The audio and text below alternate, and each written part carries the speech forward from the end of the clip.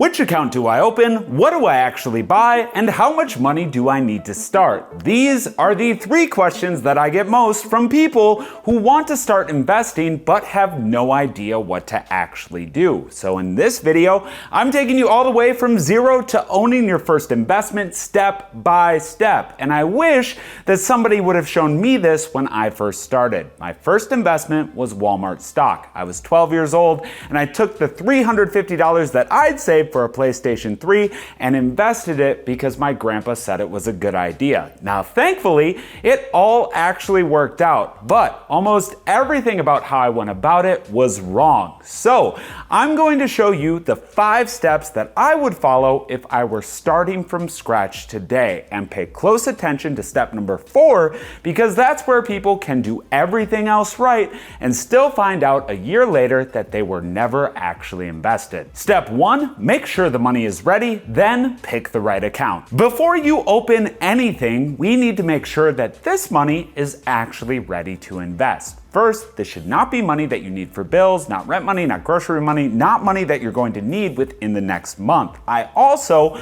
want you to have 3 to 6 months of expenses sitting in an emergency fund in a high yield savings account. Because if you invest all the cash that you have and then your car breaks down next week, you don't want to be forced to sell your investments just to pay for it. And I would not be investing extra money while carrying high interest debt either. My line is anything above 7%. So if you've got a credit card charging you 22%, pay that thing off first. Now, there is exactly one exception that comes before all of this. If you have a 401k at work and your employer offers a match, contribute enough to get the full match. If they're matching you dollar for dollar, that is basically an immediate 100% return on your money. And in this economy, we do not pass up free money. Now, the mistake that I see a lot of people make is that they get excited about investing and then they skip all of these checks. They'll start investing, then their car needs a $1,500 repair,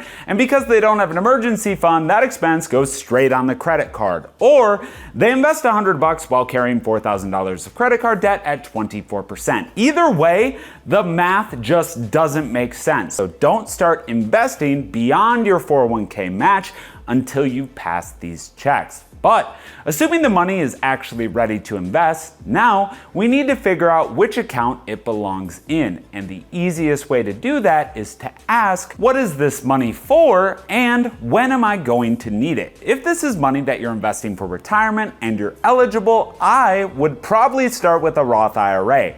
It's a retirement account where your money can grow tax-free and qualified withdrawals in retirement can come out tax-free too. There are contribution and income limits, which I'll put on screen, but for most beginners, the big thing to know is if this money is for retirement, a Roth IRA is probably one of the first accounts that you should look at. Now, if this money isn't for retirement and you're not planning to use it for at least 5 years, then you can look at a taxable brokerage. You don't get the same tax advantages as a Roth IRA, but you also don't have the same retirement restrictions. Finally, if this money isn't for retirement and you don't plan to use it within the next 5 years, personally, I wouldn't invest it. I'd keep it in something safe like a high yield savings account. The reason is that money invested in the market can drop 30% or more in a year, and you don't want to be forced to sell at the bottom because you need the money for a house, a wedding, or whatever you're saving for. So here's your homework. Figure out what this money is for and when you're going to need it, because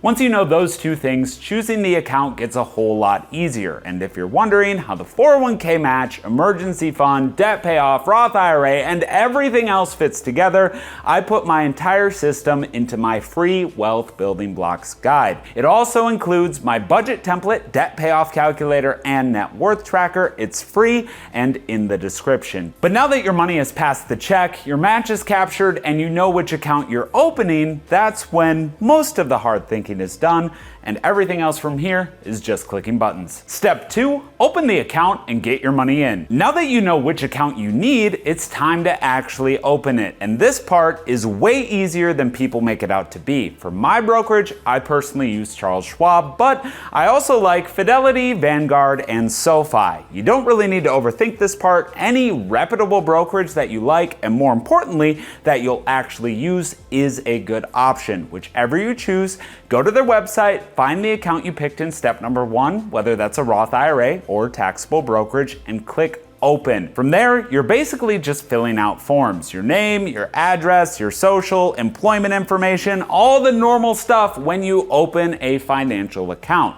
Once the account is open, the next thing that you need to do is actually put money in it. Go to your dashboard, find the transfer or move money section, link your bank account, and transfer some money over. And do not feel like you need thousands of dollars to do this.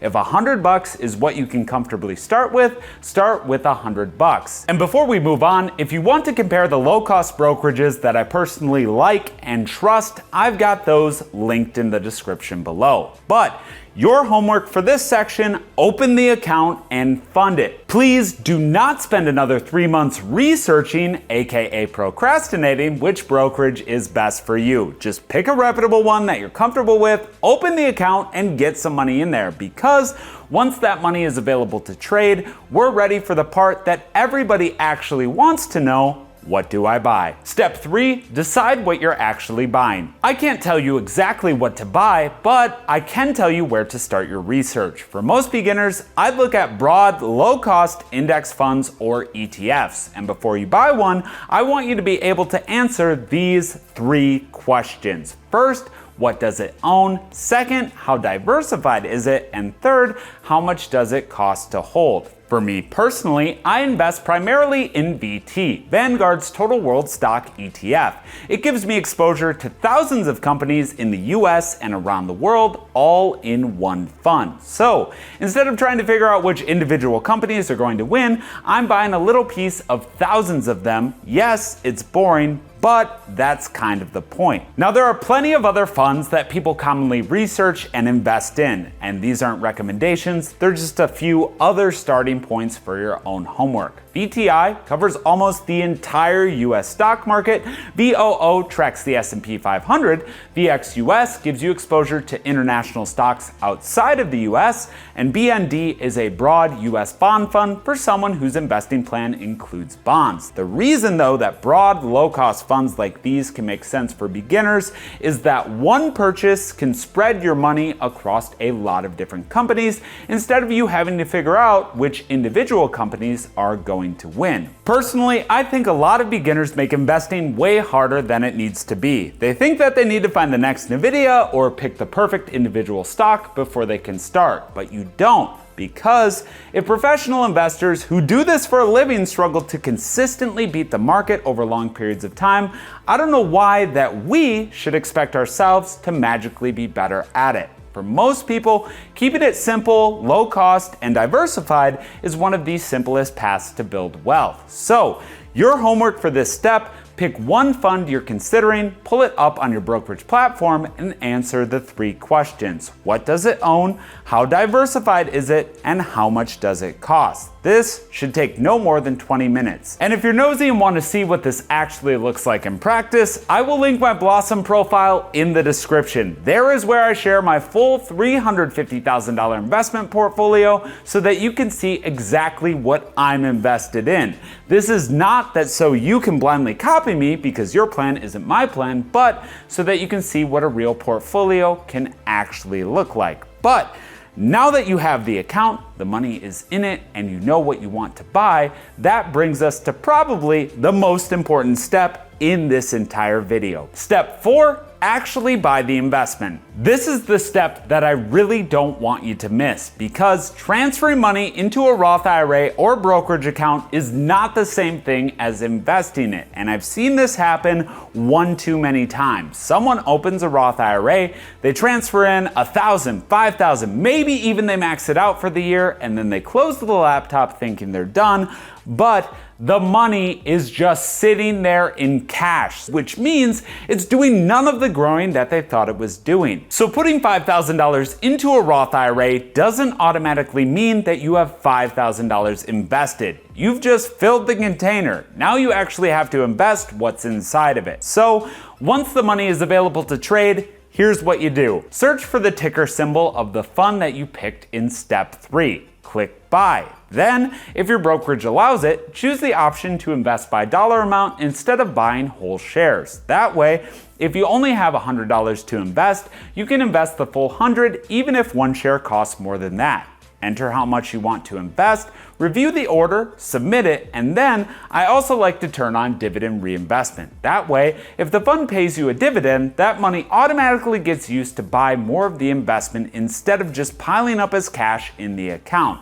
Once you're done, go back to your portfolio and check. You should actually see the investment listed in your positions. So, your homework for this step is probably the most important in this entire video. If you already have a Roth IRA, 401k, or brokerage account, log in today and check what your money is actually invested in, not just the balance. Look at what you actually own, because finding out that you've had thousands of dollars sitting in cash for a year is a mistake I'd much rather you catch today than 10 years from now. Step 5, automate it. At this point, you're officially invested, but investing $100 isn't going to change your life. Doing it consistently, though, can. So, before you close out of your account, see if you can automate the process. Maybe that's $25 every check, maybe it's $100 a month, whatever number actually works with your budget. And there's one really important thing I want you to check here. So if your brokerage offers automatic investing, make sure you're setting it up to actually purchase the investment you picked,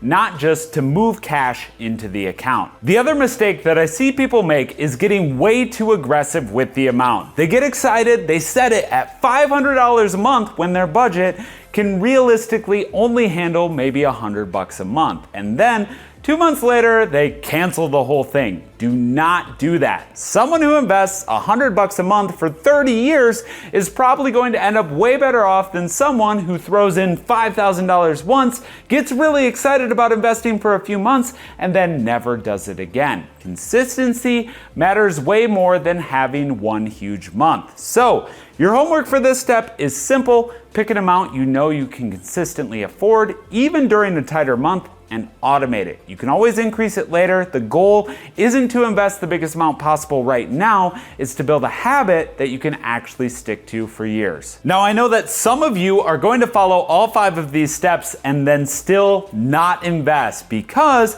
you're looking at the market thinking, is right now really a good time to start? And here's the problem. There is never going to be a moment where investing feels completely comfortable. When the market is going up, you're going to think that it's too expensive. When the market drops, you're going to think that it's going to drop even further. Either way, there is always going to be a reason to wait. And the reality is, you are not going to time those moments correctly, but you don't have to. Capital Group looked at historical S&P 500 returns through the end of 2025. Over 1-year periods, about 74% were positive. Over 5-year periods, that jumped to about 88%. And over 10-year periods, about 94% were positive. Now, obviously, none of that guarantees what happens going forward, but I think it reinforces something really important. Time in the market beats timing the market, because you're not trying to win this year, you're trying to build wealth over decades. So that is the whole process, step by step. Make sure your money is ready, pick the right account, open and fund it, decide what you're buying, actually buy it, and then automate the whole thing. If you're just getting started, comment below and tell me which step you're stuck on. I read those comments, respond to them, and they usually help me figure out what video to make for you next. And if this video helped make investing just a little less confusing, hit subscribe. And if you want the full order for budgeting, building your emergency fund, paying off debt, and investing, grab my free Wealth Building Blocks guide in the description. And then click the video on your screen, because I'll show you the 4 accounts that I'd prioritize in your 20s to build wealth fast.